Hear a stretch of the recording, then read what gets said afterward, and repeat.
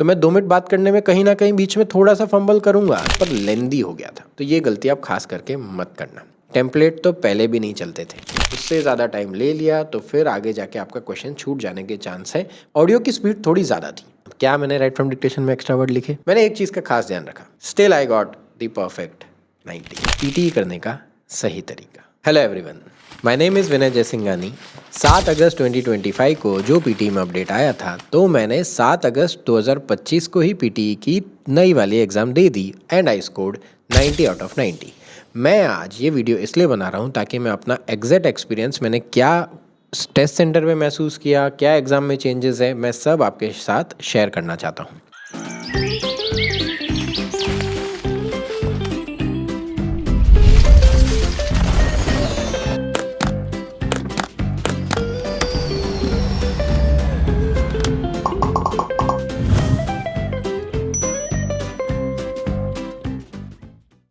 सबसे पहला सवाल, मैंने एग्ज़ाम दी क्यों?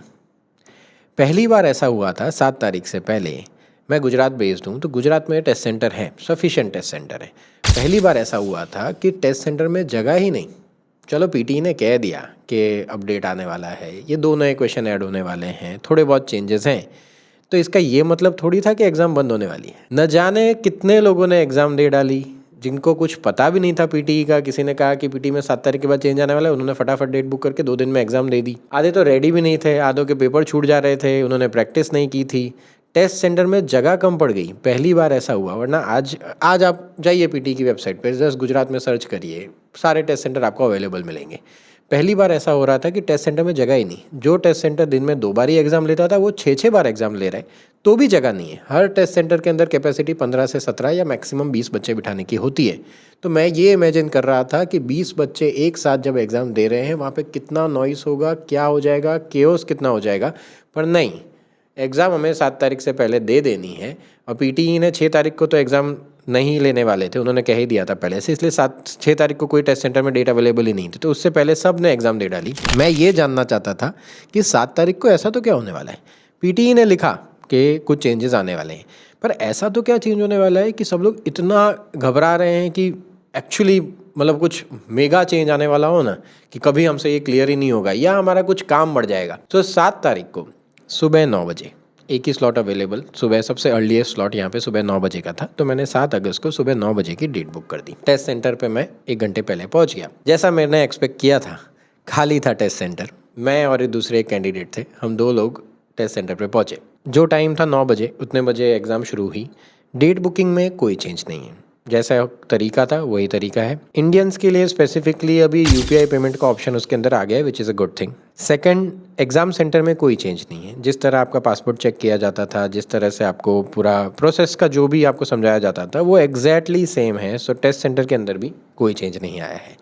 जैसे ही आप एंटर होते हैं, एग्ज़ाम शुरू होती है। अब एग्ज़ाम के इंटरफेस के अंदर थोड़े चेंजेस हैं। जैसे पहले एग्ज़ाम दिखती थी, उसके कंपेयर में थोड़ा सा, मैं इस पे पहले ही एक वीडियो बना चुका हूँ, तो एग्ज़ाम कैसी दिखती है ना, उस पर थोड़ा सा चेंज आया है। अब जो टाइमर होता है वो पहले स्क्वायर टाइमर होता था, और अब जो टाइमर होगा वो राउंड टाइमर होगा। आपको सबसे पहला ऑप्शन क्या आता है? माइक्रोफोन चेक का ऑप्शन आता है। अब माइक्रोफोन चेक का ऑप्शन 2 बार आने वाला है। ओके, आपको लिसनिंग के लिए 2 बार समझाया जाएगा। पहला क्या होता है, आपको वॉल्यूम चेक ऑप्शन आएगा, जिसमें वो पूछेगा कि आपको कितना वॉल्यूम रखना है। वहीं पे एक बटन दे रखा होता है स्क्रीन के ऊपर ही, जिसमें आप वॉल्यूम कम या ज़्यादा कर सकते हैं। नेक्स्ट करेंगे तो आपको माइक्रोफोन चेक, यानी आपका माइक्रोफोन चल रहा है कि नहीं, वो आपको रिकॉर्ड करने को बोलेगा। उसके इंस्ट्रक्शंस चेंज हो गए हैं। ओके, उसके इंस्ट्रक्शंस जो पहले लिखे देते थे, लेकिन अब वो ज़्यादा डिटेल में लिख के दे रहे हैं कि आप अपना माइक्रोफोन चेक करिए, 1 2 3 बोलिए, और उसके बाद प्लेबैक करेंगे तो आपको अपना ऑडियो, अपनी ही आवाज़ वापस सुनाई देगी। उसके बाद अगेन एक ऑप्शन आएगा जिसमें वो ये कह रहा है कि जितने भी क्वेश्चंस हैं जिसमें कुछ भी लिसनिंग आने वाला है, उन सब में टाइमर इस तरह का दिखेगा, एक राउंड टाइमर दिखेगा। ओके, जिसमें 5 4 3 2 1 और उसके बाद ही आपका ऑडियो शुरू होने वाला है। इतना इंस्ट्रक्शन में चेंज है। एक इंस्ट्रक्शन पहले दिया जाता था कि क्या आपका कीबोर्ड QWERTY कीपैड है कि नहीं, ऐसा पहले दिया जाता था। वो इंस्ट्रक्शन अब नहीं आने वाला है। ओके, बाकी इंस्ट्रक्शन में कुछ चेंज नहीं। सबसे पहला क्वेश्चन जो आता है वो होता है आपका पर्सनल इंट्रोडक्शन। वो पहले भी ऐसा ही था, अब भी ऐसा ही है, उसका कोई वेटेज नहीं है, उसमें कुछ चेंज नहीं आया है। उसके बाद एक चीज़ बहुत अच्छी की है पीटी ने, और आप भी ये चीज़ ध्यान रखिएगा, पूरे स्पीकिंग के अंदर रिकॉर्डिंग शुरू होगा तो बीप का साउंड आएगा, रिकॉर्डिंग ख़त्म होगा तो भी बीप का साउंड आएगा। आपको बिगनिंग टाइम जो मिलता है रीड अलाउड के अंदर विच इज़ अराउंड 35 सेकेंड्स, वो ख़त्म होने के बाद आपको बीप का साउंड सुनाई देगा। आपका रिकॉर्डिंग बंद होगा तब भी आपको बीप का साउंड सुनाई देने वाला है पूरे स्पीकिंग के अंदर, from read aloud till respond to a situation. Okay, ये चीज़ का आप खास ध्यान रखिएगा। सबसे पहला जो क्वेश्चन आया था, हम स्पीकिंग से शुरुआत करते हैं। स्पीकिंग एंड राइटिंग साथ में आता है। स्पीकिंग के अंदर सबसे पहला क्वेश्चन रीड अलाउड आया था। रीड अलाउड मुझे total 7 number of read aloud आए थे। लेंथ रीड अलाउड की 2 लाइन वाले 4 थे और 1 लाइन वाला 1 था, बाकी जो 2 थे वो 3 लाइन के थे। ओके, कोई हैवी वोकैबुलरी नहीं थी, कुछ इतना हार्ड नहीं था बोलने के लिए, कोई अजीब साउंड भी नहीं था। हाँ, एक आधा वर्ड होगा जो थोड़ा टंग ट्विस्टर जैसा था, क्योंकि वो बीच में अचानक से कॉमा वगैरह दिया था, तो वो बोलने में थोड़ा सा स्लिप ऑफ टंग हो सकता है। बाकी कुछ रीड अलाउड कुछ चेंज नहीं है, जैसा आता है वैसा ही है, जैसे प्रैक्टिस करते हैं उसी तरह है, तो read aloud nothing to worry. Cut to next, repeat sentence. Repeat sentence total exam में 10 आए थे। Same type of repeat sentence, 2-3 topics जो रिपीट सेंटेंस के थे वो एकेडमिक रिलेटेड थे। लाइब्रेरी के बारे में कुछ बोला था, ऐसी एक लाइन उन्होंने कहीं ना कहीं बोली थी। ओके, और 4-5 रिपीट सेंटेंस कुछ और थे, बट नॉट दैट लेंदी। मैं ये कहूँगा कि लेंथ वाइज में अगर मैं बात करूँ तो मुझे 8 से 9 वर्ड के ऑलमोस्ट 6 आए थे, 10 से 12 वर्ड के 4 आए थे। ओके, ऑडियो की लेंथ 3 सेकंड के आसपास होगी उनकी। ओके, मैं भी 3 से 5 सेकंड ऑलमोस्ट रिपीट सेंटेंस बोला। मैं ये चीज़ करता हूँ कि एक बार मेरा बोलना ख़त्म हो जाता है तो मैं ऑडियो यानी वो टाइमर ख़त्म होने की राह नहीं देखता। जैसे ही मेरा बोलना ख़त्म हो गया रीड अलाउड में, सपोज़ मैंने 25 सेकंड्स में पूरा रीड अलाउड बोल दिया, तो उसके बाद मैं अपने आप नेक्स्ट कर देता हूँ। ओके, सेम मैं रिपीट सेंटेंस के अंदर करता हूँ। अगर आप रिपीट सेंटेंस के अंदर या रीड अलाउड के अंदर नेक्स्ट नहीं करेंगे तो वो जैसे ही वो टाइमर खत्म होता है अपने आप नेक्स्ट होने ही वाला है। ओके, वो बीप का साउंड एंड साउंड आएगा और वो नेक्स्ट हो ही जाएगा, same is in repeat sentence. Okay, तो read aloud repeat sentence there are no changes. The change in read aloud repeat sentence ये है कि रीड अलाउड अब रीडिंग में कॉन्ट्रीब्यूट नहीं करेगा। ओके, पहले वो रीडिंग और स्पीकिंग दोनों में कंट्रीब्यूट करता था, लेकिन रीड अलाउड अब रीडिंग में कंट्रीब्यूट नहीं करेगा। रिपीट सेंटेंस जो है वो सेम ही है। रिपीट सेंटेंस पहले लिसनिंग और स्पीकिंग में कंट्रीब्यूट करता था, अब भी लिसनिंग और स्पीकिंग के अंदर कंट्रीब्यूट करने ही वाला है। उसके बाद जो टॉपिक आया दैट वाज डिस्क्राइब इमेज। पहले मुझे डिस्क्राइब इमेजेस 3 से 4 आती थी, इस बार मुझे डिस्क्राइब इमेज 5 आई थी, जिसमें से 3 बार ग्राफ, 1 पाई चार्ट और 1 बेडरूम मैप था। हर एक के अंदर 25 सेकंड्स प्रिपरेशन टाइम था। प्रिपरेशन के बाद बीप का साउंड आया तो मैंने बोलना शुरू किया। मैं अराउंड 30 to 35 सेकंड्स हर एक डिस्क्राइब इमेज के अंदर बोला हूँ, एक तरीके से बोला हूँ। ओके, और क्योंकि अब डिस्क्राइब इमेज में कंटेंट मैटर करने वाला है। ओके, तो मैं क्या बोला हूँ, कैसे बोला हूँ, वो हम आगे देखेंगे। तो टोटल 5 डिस्क्राइब इमेज इसके अंदर थे। फिर जो नेक्स्ट क्वेश्चन आया that was retail lecture. Retail lecture मुझे 2 आए थे, जिसके अंदर एक रफ पैड आपको एग्जाम के अंदर दिया जाता है और 2 टेम्पररी मार्कर आपको देते हैं। तो मैंने अपने नोट्स बनाए और उसके बारे में मैंने नेक्स्ट 30 सेकंड तक, 30 to 35 सेकंड के आसपास मैं बोला हूँगा, मैं पूरे 40 सेकंड्स उसके अंदर नहीं। रिटेल लेक्चर का जो ऑडियो होता है वो 1.5 मिनट तक होता है, यानी 90 सेकंड के आसपास ऑडियो होता है। उसके बाद 10 सेकंड का आपको तैयारी का टाइम मिलता है और आपको नेक्स्ट 40 सेकंड तक उसको समझाना होता है, जिसमें मैं 30 to 35 सेकंड्स बोल के आया हूँ। ऐसे 2 रिटेल लेक्चर थे। उसके बाद जो टॉपिक आया वो था answer short question. Answer short question exam में मेरे 5 आए थे। आंसर शॉर्ट क्वेश्चन में एक अपडेट है, क्वेश्चन की वैरायटी या डिफ़िकल्टी में कोई अपडेट नहीं है, बस उसके स्कोरिंग में अपडेट है कि आंसर शॉर्ट क्वेश्चन अब कंट्रीब्यूट सिर्फ और सिर्फ लिसनिंग में करेगा।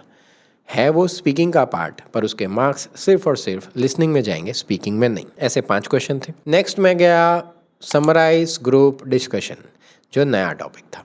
ओके, इसके बारे में मैंने सुन रखा था एग्ज़ाम से पहले, एक ऑडियो मैंने सुन लिए थे। ओके, कि ये इस तरह है, पर मुझे ये नहीं पता था कि इसे अटेंड कैसे करना है एग्जैक्टली। मेरे को ये आइडिया था, मैं एक टॉपिक के बारे में पढ़ के गया था।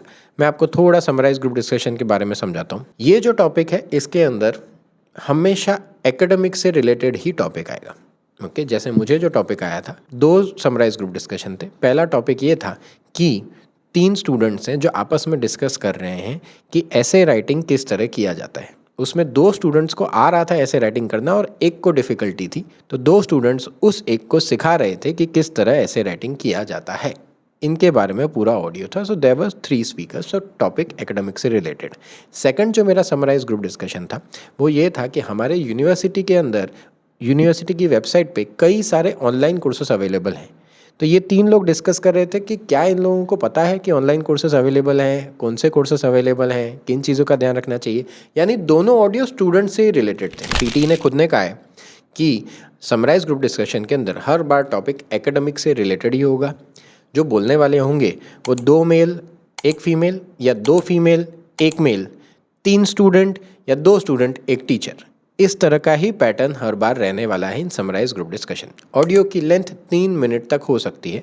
मेरे ऑडियो की लेंथ 2 मिनट 50 सेकंड के आसपास होगी, पूरे 3 मिनट नहीं थी। ओके, मेरे को 3 मिनट से थोड़ा कम लग रहा था। कट टू नेक्स्ट, सामने 10 सेकंड का प्रिपरेशन टाइम था। तो मैंने स्पीकर 1, स्पीकर 2, स्पीकर 3, उसका एक तरीका है। ओके, उस टाइम पे मैंने उस तरीके को यूज़ किया। मुझे नहीं पता था कि इससे कितना स्कोर आएगा कि क्या होने वाला है, पर मैंने वही तरीका यूज़ किया कि मैंने स्पीकर 1, स्पीकर 2, स्पीकर 3 के कॉलम बनाए। उसमें स्पीकर 1 ने क्या कहा, स्पीकर 2 ने क्या कहा, स्पीकर 3 ने क्या कहा। बीच बीच में ऑडियो के अंदर है ना कुछ बातें ऐड होती रहेगी। आपको मेजरली है ना 5 वर्ड याद रखने के हैं। कौन से? Agree, disagree, said, explained, argued. Okay, ये वर्ड्स आप याद रखेंगे ना, तो क्योंकि है ना इंग्लिश के अंदर अगर मैं बात करूँ तो ये इनडायरेक्ट स्पीच वाला जो टॉपिक है, डायरेक्ट को जब आप इनडायरेक्ट स्पीच में कन्वर्ट करते हैं ना, तो that is summarise group discussion. अच्छे से इनडायरेक्ट स्पीच वाला टॉपिक पहले क्लियर कर दो।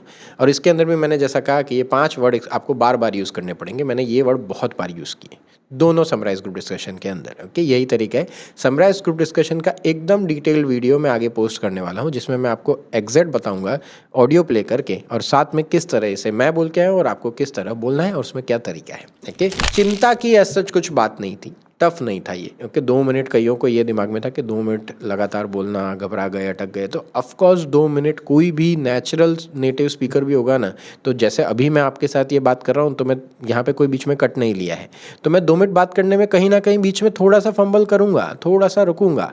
इसका ये मतलब नहीं है कि मेरे मार्क कटेंगे या मेरी बात आपसे कन्वे नहीं हो रही है। ओके, सो 2 मिनट लगातार, यानी पीटी ये एक्सपेक्ट नहीं कर रहा है कि आप 2 मिनट एक ही सांस में बोल जाओ। ओके, नेचुरली सेंसिबल बात करो तो आपका समराइज ग्रुप डिस्कशन के अंदर स्कोर आएगा 100% आएगा।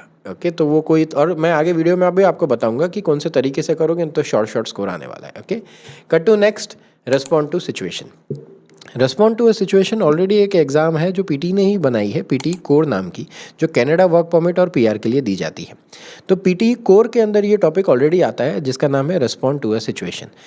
मेरे एग्जाम में 2 सिचुएशन आई थी। सबसे पहली सिचुएशन ये थी कि मैंने अपनी डेडलाइन मिस कर दी असाइनमेंट सबमिशन की, तो मैं अपने टीचर से रिक्वेस्ट कर रहा हूँ कि आप मुझे नई डेट दीजिए। ओके, तो मैं उस तारीख को अपना असाइनमेंट सबमिट करा दूंगा। ऐसी एक सिचुएशन थी। दूसरी सिचुएशन ये थी कि मेरे फ्रेंड की बुक मेरे बैग में रह गई है और मेरे फ्रेंड को वो बुक चाहिए और मैं स्कूल पहुँच गया हूँ। अब मुझे पता चल रहा है कि बुक तो मैं घर पर भूल गया, तो फिर अब उसे बुक चाहिए तो मैं क्या करूँ, तो मैं उसे क्या रिस्पॉन्ड करूँगा उस टाइम पे। ओके, यानी ये ऐसी सिचुएशंस थी जैसे वो आउट ऑफ ब्लू नहीं थी, जो कहीं ना कहीं, चलो कोई भी इंसान नॉर्मली भी कोई मेरे से ये गलती होती तो मैं उस टाइम पे क्या बोलता, मैं वैसा रिस्पॉन्स करके आया हूँ। रिस्पॉन्ड टू सिचुएशन के लिए भी एक डिटेल्ड वीडियो आने वाला है जिसमें मैं आपको डिटेल में ये बताने वाला हूँ कि उसको किस तरह बोलना है, क्या बोलना है वो तो एक टाइम पे समझ में आ जाएगा, क्या नहीं करना है ना वो खास ध्यान रखना पड़ेगा रिस्पॉन्ड टू सिचुएशन के अंदर। तो ये पूरा स्पीकिंग मॉड्यूल खत्म। अगर मैं समरी की बात करूँ स्पीकिंग को लेके, तो चेंज स्पीकिंग में मेरे को ऐसा कुछ नहीं लगा, पर लेंदी हो गया था। ओके, काफ़ी चीज़ें बोलने की थी, इस वजह से एक पॉइंट आया था कि यार रीड अलाउड इतने सारे आ रहे हैं, रिपीट सेंटेंस इतने सारे आ रहे हैं, टफ इजी वो सब बात अलग है, पर मेरे को है ना थोड़ी लेंथ स्पीकिंग की ज़्यादा लगी। ओके, ओवरऑल मॉड्यूल की मुझे लेंथ थोड़ी ज़्यादा लगी। कट टू नेक्स्ट, अब मैं आया, अब मैं थोड़ा रिलैक्स हो गया क्योंकि अब मुझे कुछ बोलना नहीं है। आई गेस 35 to 40 मिनट्स निकल गए थे, तब तक यही चलता जा रहा था। 35 मिनट्स तक स्पीकिंग ही चलता जा रहा था, कुछ ना कुछ आके बोलना है, कुछ ना कुछ आके बोलना है। तो थोड़ा सा मेरे को हो गया था कि यार बस हो गया, बहुत बोल लिया। Okay, so next cut to मैं अब गया राइटिंग में, तो मैं थोड़ा रिलैक्स हो गया। राइटिंग में सबसे पहला जो क्वेश्चन था that is summarise written text. Okay, summarise written text exam में मेरे 2 आए थे। अब समराइज रिटन टेक्स्ट जो है ना वो 2 जगह पे कंट्रीब्यूट करने वाला है। बहुत इंपॉर्टेंट टॉपिक अब बन गया है अचानक से। ओके, पहले नहीं था इतना इंपॉर्टेंट, पर अब बहुत बन गया है क्योंकि अब वो रीडिंग में कंट्रीब्यूट कर रहा है। सबको चिंता, रीडिंग में से जब रीड अलाउड चला गया था तो सबको चिंता हो गई थी, पर समराइज रिटन टेक्स्ट आपका लाइफ सेवर है कि ये टॉपिक अगर आपका अच्छे से निकल गया ना तो आपको कोई चिंता की बात नहीं है। तो समराइज रिटन टेक्स्ट 2 आए थे। पैसेज लेंथ जहाँ तक मुझे लगता है 3 पैराग्राफ की थी, तो I am assuming 180 words, 160 to 180 words का वो पैसेज होगा, जिसको पढ़ के आपको 10 जिसको पढ़ के आपको एक लाइन में लिखने का था। मुझे याद है कि मैंने 42 वर्ड्स पहले में लिखे थे और दूसरे वाले में मैंने 47 वर्ड्स लिखे थे। मैंने कुछ कंजंक्शंस यूज़ किए, मैंने पैराफ्रेजिंग यूज़ किया, मैंने कॉम्प्लेक्स सेंटेंस सीखा कि कॉम्प्लेक्स सेंटेंस कैसे बनाना। 3 टाइप के सेंटेंस होते हैं, सिंपल सेंटेंस, कंपाउंड सेंटेंस और कॉम्प्लेक्स सेंटेंस। तो कॉम्प्लेक्स सेंटेंस मैंने खास करके यूज़ किया क्योंकि पीटी की एक गाइडलाइन में मैंने कहीं ना कहीं पढ़ा था जहाँ पे ये लिखा था कि अगर आप कॉम्प्लेक्स सेंटेंस यूज़ करते हैं ना, वेदर इन एसे और एनी टाइप ऑफ राइटिंग, तो यू आर टेन टू और you can get more score, ऐसा वहाँ पे लिखा था। तो मैंने ये देखा कि अच्छा कॉम्प्लेक्स सेंटेंस क्या होता है, उसको किस तरह बनाया जाता है, कंजंक्शन उसमें किस तरह ऐड किए जाते हैं।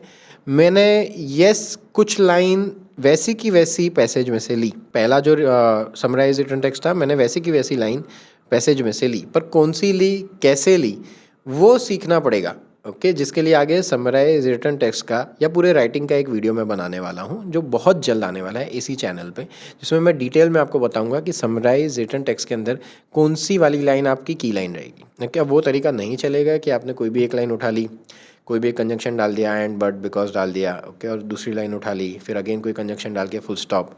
ये तरीके अब नहीं चलने वाले हैं। ओके, ये तरीके से स्कोर बहुत कम आएगा, तो ये गलती आप खास करके मत करना। फिर time to introduce the elephant in the room, ऐसे राइटिंग। ऐसे राइटिंग में ना कई बातें चलती थी कि यार ऐसे में टेम्पलेट, पहले तो ये वर्ड टेम्पलेट, उसका ही मेरे को थोड़ा मीनिंग समझना पड़ेगा कि यार ये टेम्पलेट होता क्या है। ओके, मतलब आई डोंट नो, मेरे को स्कूल में कभी इस तरह नहीं सिखाया गया था कि आपको कोई भी टॉपिक है ना इस तरह लिख के आ जाना और जहाँ पे ना एक दो कीवर्ड लिख दोगे ना तो आपका स्कोर आ जाएगा। स्कूल में तो मेरे को कभी ये नहीं बताया गया, कोई भी लैंग्वेज मैंने पढ़ी हो कि कोई भी सब्जेक्ट में मुझे इस तरह ऐसे लिखना नहीं सिखाया गया। जब मेरे को पता चला कि अच्छा ऐसा कुछ चल रहा है तो मैंने सोचा कि ऐसा तो कुछ नहीं होता होगा। मतलब आप आंख बंद करके ये जो लिखा हुआ है कि भाई ये किसी इंसान ने दे दिए कि भाई 150 वर्ड्स या 180 वर्ड्स पहले ये लिख के आ जाओ और यहाँ पे 10-12 कीवर्ड इस तरह लिख दो तो आपका स्कोर आ जाएगा। तो मेरे को ये थोड़ा, मैं सेटिस्फाइड नहीं था इस चीज़ को लेकर, तो मैंने इस पर थोड़ा स्टडी किया। There is a difference between template and structure. एक मेरा डिटेल वीडियो जो ऑलरेडी शूट हो गया है और जो बहुत जल्द इस चैनल पे आने वाला है, जिसमें मैं बताऊंगा what is the difference between template and structure. Template तो पहले भी नहीं चलते थे। ओके, ये चीज़ आप याद रखना, टेम्पलेट तो पहले भी नहीं चलता था, ऐसे के अंदर स्ट्रक्चर ही चलता था। ओके, अगर आपको स्ट्रक्चर यूज़ करना आता है ना, यस उसके अंदर फिक्स लाइन्स होगी, यस उसके अंदर फिक्स वर्ड्स होंगे। ओके, आपको वो रटना ही है, वैसा के वैसा ही लिखना है, पर उस तरीके से लिखना है। वो तरीका अगर आपको स्ट्रक्चर यूज़ करने का आ गया ना तो आपका स्कोर आ जाएगा। मैं एग्ज़ाम के अंदर ऐसे राइटिंग के अंदर स्ट्रक्चर यूज़ करके आया हूँ, टेम्पलेट नहीं। और वो क्या स्ट्रक्चर है वो मैं आगे आपको बताऊँगा। ओके, ऐसे राइटिंग बहुत इंपॉर्टेंट हो गया है क्योंकि उसका मार्क्स का वेटेज बहुत ज़्यादा है। Okay, cut to next. अब आया था रीडिंग मॉड्यूल। रीडिंग की जो पहली ब्लैंक आती है, रीडिंग जो पहले कही जाती थी रीडिंग एंड राइटिंग ब्लैंक, उसका नाम चेंज हुआ है और वो पहले रीडिंग एंड राइटिंग दोनों में कंट्रीब्यूट करती थी। अब उसका नाम चेंज होकर रीडिंग ड्रॉप डाउन ब्लैंक हो गया है।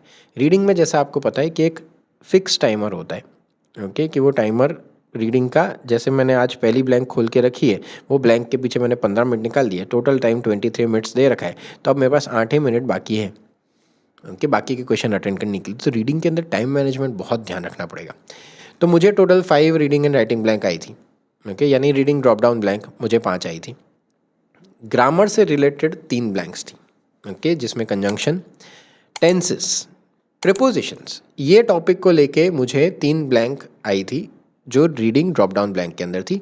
वोकेबलरी वाइज बहुत कम आई थी और कोई वोकेबलरी अगर आई भी थी तो कोई ऐसी टफ वोकेबलरी नहीं थी। Okay, very simple vocabulary. तो वो एक मेरे को लगा कि वो एक्चुअली मुझे है ना, आगे जो ड्रैगन ड्रॉप ब्लैंक आती है ना, मैं पहले से ही वो ब्लैंक के लिए कंफर्टेबल होता हूँ, मुझे वो ज़्यादा ईजी लगती थी।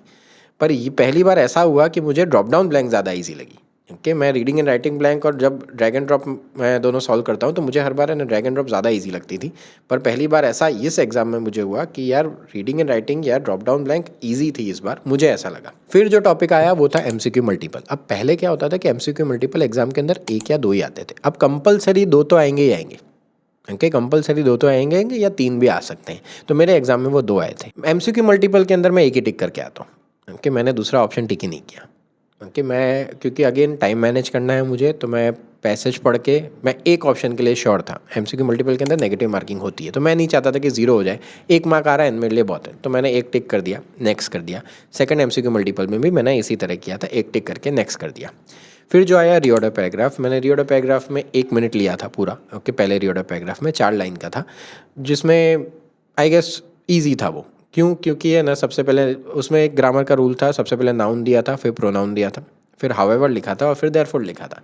तो मैंने ये 4 लाइन्स अपने आप मैंने पुट ऑन कर दी, तो स्कोर आ गया। उसके बाद जो नेक्स्ट रीऑर्डर आया था वो 5 लाइन का था, उसमें मुझे थोड़ा टाइम लगा, वो 1.5 मिनट का था।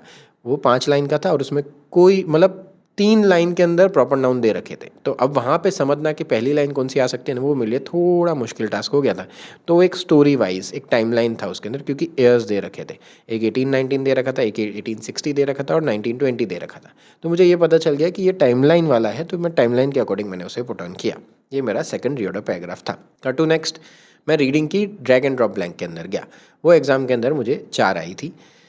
रीडिंग की ड्रैग एंड ड्रॉप ब्लैंक और ड्रॉप डाउन ब्लैंक मुझे दोनों का लेवल ऑलमोस्ट सेम लगा, पर रीडिंग की ड्रैग एंड ड्रॉप ब्लैंक के अंदर कोई ग्रामर की ब्लैंक नहीं आई थी। ओके, सब वोकेबलरी वाली ही थी, यानी वो वर्ड का मीनिंग आपको पता होगा ना, तो ही आप उसे सॉल्व कर पाएंगे, ये चीज़ उसके अंदर था। फिर आया MCQ single. MCQ single exam के अंदर 2 आए थे। यहाँ पे मुझे थोड़ी चिंता हो रही थी, क्योंकि है ना, मैं 1 मिनट 1.5 मिनट से ज़्यादा किसी टॉपिक में नहीं ले रहा था ना, तो भी मेरे को लग रहा था कि मैं ज़्यादा टाइम ले रहा हूँ, मुझे टाइम कम पड़ रहा है। पर बाद में मेरे को रियलाइज़ हुआ कि नंबर ऑफ़ क्वेश्चंस, पहले जो 7 तारीख से पहले रीडिंग का टाइम था वो 23 मिनट्स के आसपास था, जिसमें आपको 12 क्वेश्चन आते थे। अब प्रॉब्लम क्या है कि टाइम तो उतना ही है, लेकिन अब क्वेश्चन ज़्यादा आने वाले हैं। ओके, 12 की जगह 15 क्वेश्चन आने वाले हैं। तो अगर मैं 1-1 मिनट ले रहा हूँ, तो पहले जनरली मेरे पास 6 से 7 मिनट बच जाती थी, पूरा रीडिंग सेक्शन ख़त्म होता था। तो इस बार मैं लास्ट क्वेश्चन पे पहुँच गया हूँ, मेरे पास 1.5 मिनट ही बाकी थी। तो उस टाइम पे मुझे चिंता हो गई थी कि यार मैंने कुछ तो किया है जिसमें मैं ज़्यादा टाइम ले रहा हूँ, पर बाद में मुझे रियलाइज़ हुआ मैंने नहीं किया, मैं तो उसी तरीके से कर रहा हूँ, पर नंबर ऑफ़ क्वेश्चंस बढ़ गए हैं। तो आपको रीडिंग में खास करके ध्यान रखना है कि आपको कोई भी क्वेश्चन के अंदर 1.5 to 2 मिनट से ज़्यादा मत लेना।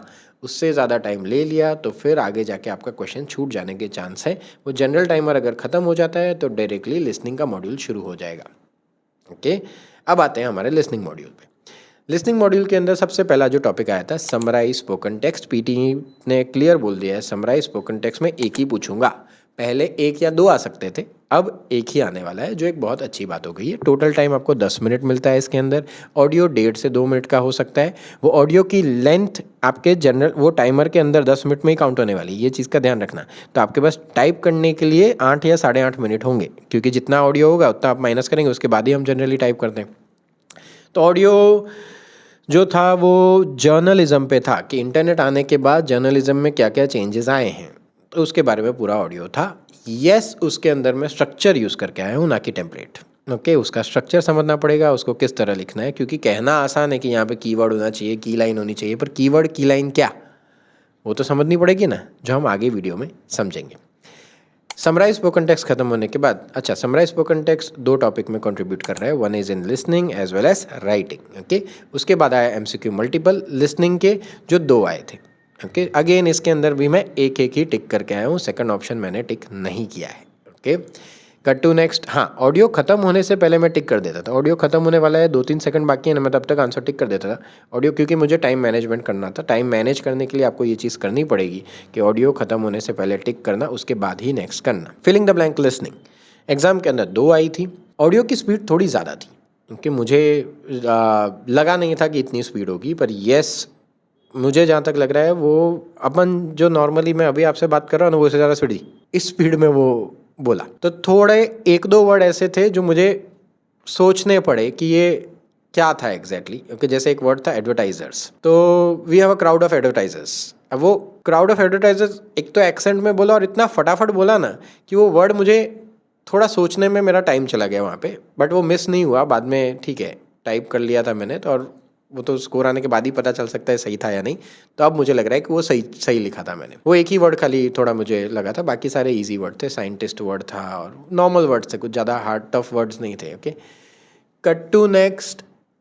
MCQ सिंगल जैसा पहले होता था अब भी वैसा ही है। हाँ, फिलिंग द ब्लैंक लिसनिंग अब राइटिंग में कंट्रीब्यूट नहीं करने वाला है, वो सिर्फ लिसनिंग में कंट्रीब्यूट करने वाला है। ओके, ये चीज़ का ध्यान रखना।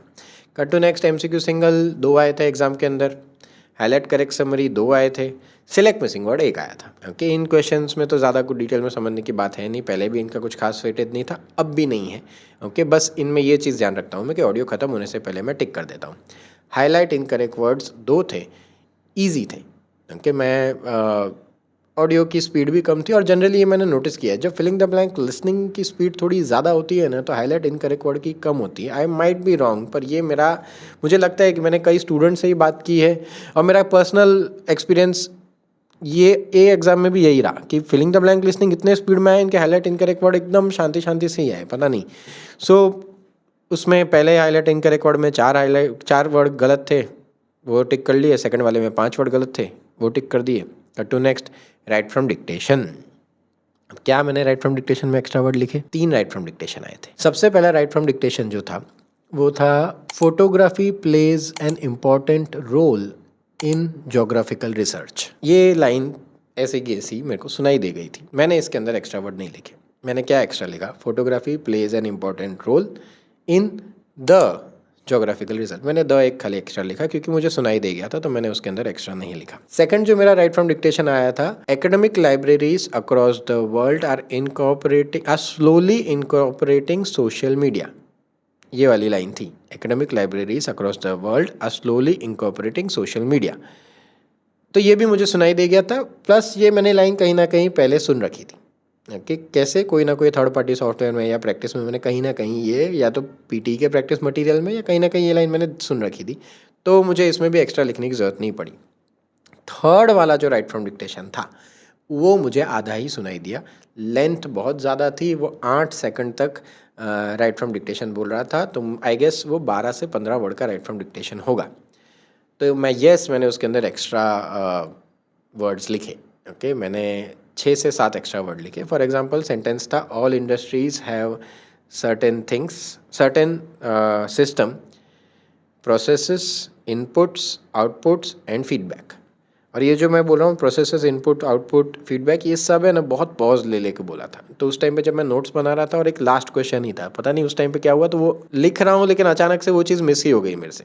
ओके, सो मैं क्या नहीं लिख के आया, मैं सर्टेन वर्ड उसके अंदर मेरा मिस हो गया था। ओके, और एक वर्ड था प्रोसेसेस, ये 2 वर्ड मेरे उसके अंदर से मिस हो गए। मैं वो 2 वर्ड नहीं लिख के आया, उसकी जगह मैं काफ़ी सारे वर्ड्स लिख के आ गया extra, involve, include, feedback, feedbacks, input, inputs. Okay, मैंने एक चीज़ का खास ध्यान रखा, आप भी ये चीज़ का खास ध्यान रखना। अब जो भी एक्स्ट्रा वर्ड लिखते हो, yes you can write extra word in write from dictation, but spelling mistakes are not allowed. आप एक्स्ट्रा जो लिख रहे हो ना, उसकी स्पेलिंग मिस्टेक नहीं हो। अलग वर्ड होगा चलेगा, पर वो वर्ड इंग्लिश डिक्शनरी के अंदर होना ज़रूरी है। अगर आपने स्पेलिंग मिस्टेक कर दी ना, तो आपके मार्क कटेंगे ही कटेंगे, ये चीज़ का खास ध्यान रखना। फिर एग्ज़ाम ख़त्म, घर आया, पहला दिन निकला, दूसरा दिन निकला, काफ़ी टाइम, मेरे को तो ऐसा कि 48 आवर्स में रिज़ल्ट आ जाना चाहिए, पर इस टाइम थोड़ा सा डिले हुआ क्योंकि आई डोंट नो, उस टाइम पे 7 तारीख को ही एग्ज़ाम दी थी, तो 48 आवर्स ख़त्म हो गए थे। बट पीटी का रिज़ल्ट मैक्सिमम 5 वर्किंग डेज़ में आ जाता है, बीच में सैटरडे संडे भी थे। ओके, क्योंकि मैंने एग्ज़ाम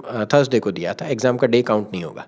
ओके, तो मैं फ्राइडे आता है नेक्स्ट, सैटरडे संडे रिज़ल्ट नहीं आता, या रिज़ल्ट आता है बट उस दिन को वर्किंग डे में काउंट नहीं होता।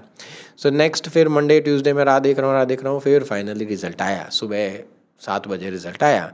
जब मैंने देखा, क्योंकि मुझे पता था कि मेरे राइट फ्रॉम डिक्टेशन 2 वर्ड गलत है, क्योंकि वो घर जाके मैंने चेक किया, तो मुझे कहीं ना कहीं वो लाइन मिली, तो मुझे पता चला ये 2 वर्ड मेरे से 100% मिस हो गए हैं। Still I got the perfect 90। तो इससे ये पता चलता है कि it is not exactly black and white in this, but मैंने बाकी सारे जो टॉपिक्स हैं, मैंने स्पेलिंग मिस्टेक नहीं की, मैंने ऐसे राइटिंग के अंदर स्ट्रक्चर ढंग से यूज़ किया, मैंने समराइज रिटन टेक्स्ट के अंदर ढंग से स्ट्रक्चर यूज़ किया, ढंग से पैराफ्रेजिंग किया, तो स्कोर आएगा। मेरा इनपुट आपके लिए क्या रहेगा कि स्टूडेंट्स, आप एक चीज़ याद रखो, हम यहाँ पे सॉफ्टवेयर को ट्रिक करने नहीं आए हैं। ओके, पीटी को हम ट्रिक नहीं कर सकते हैं, आप ये चीज़ समझ लेना। ओके, क्योंकि हम सोचते हैं कि इसमें क्या शॉर्टकट होगा, क्या करूं, ये करूं, अगेन वो सब शॉर्टकट से ना स्कोर कितना आ सकता है। आपका टारगेट स्कोर क्या है पहले तो ये बताओ। अगर 40, 50, ओके 55, 6 बैंड 6.5 बैंड तक का आपका स्कोर है ना, तो ठीक है, कोई ना कोई तरीके चल जाएंगे। ओके, वो पहले भी चलते थे, अब भी चलते हैं। बस ये होता है कि कई 10 में से 4 के चलेंगे, 6 के नहीं चलेंगे, तो वो जो 6 हैं वो और 2-3 बार एग्ज़ाम देंगे तो एक आधी बार शायद तुक्के से चल जाए, पर पैसे तो आपके ही जा रहे हैं। तरीका सीख लोगे ना, then there is no limit. फिर आपको ईच 65 चाहिए, ईच 79 चाहिए, ओवरऑल 90 चाहिए, पर तरीका सीखना पड़ेगा। और तरीका सीखना ज़रा भी मुश्किल नहीं है। तरीका सीखने के बाद शॉर्ट स्कोर आने वाला है। तो अब ये वीडियो सीरीज़ में मैं आगे आपको सिखाऊंगा पीटी करने का सही तरीका।